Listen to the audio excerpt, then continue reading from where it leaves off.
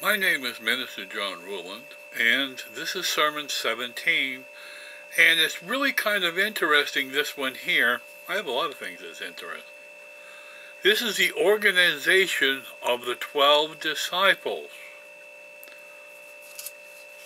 When Jesus was alive, he had, as you know, that he had 12 disciples. Well, this is the organization of the 12. I can't even pronounce that. So that's why I'm having to be read.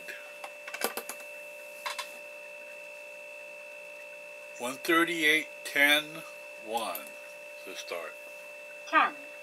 Organization of the 12. The apostles early organized themselves in the following manner. 1. Andrew, the first chosen apostle, was designated chairman and director general of the 12. 2.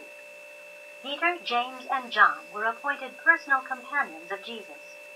They were to attend him day and night, to minister to his physical and sundry needs, and to accompany him on those night vigils of prayer and mysterious communion with the Father in heaven. 3.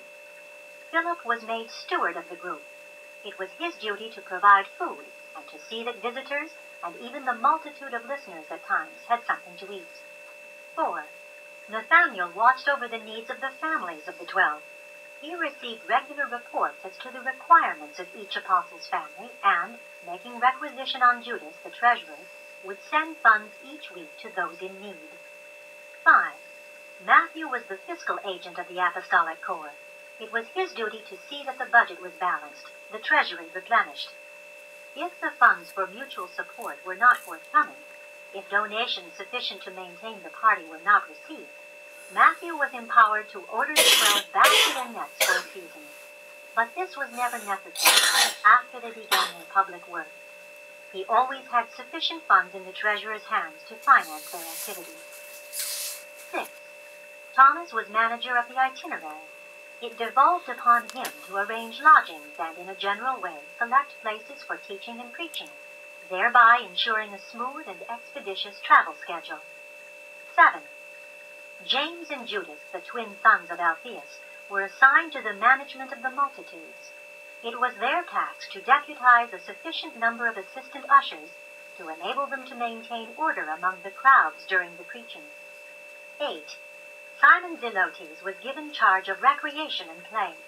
He managed the Wednesday programs and also sought to provide for a few hours of relaxation and diversion each day. 9. Judas Iscariot was appointed treasurer. He carried the bag. He paid all expenses and kept the books. He made budget estimates for Matthew from week to week and also made weekly reports to Andrew. Judas paid out funds on Andrew's authorization. In this way, the 12 functioned from their early organization up to the time of the reorganization made necessary by the desertion of Judas, the betrayer. The Master and his disciple apostles went on in this simple manner until Sunday, January 12, AD 27, when he called them together and formally ordained them as ambassadors of the kingdom and preachers of its glad tidings. And soon thereafter they prepared to start for Jerusalem and Judea on their first public preaching tour. This reading from the Urantia book is presented by truthbook.com. Audio version courtesy of Urantia Foundation. That's the end for today. I should say, that's all. My name is Minister John Ruland III, and we will see you next time.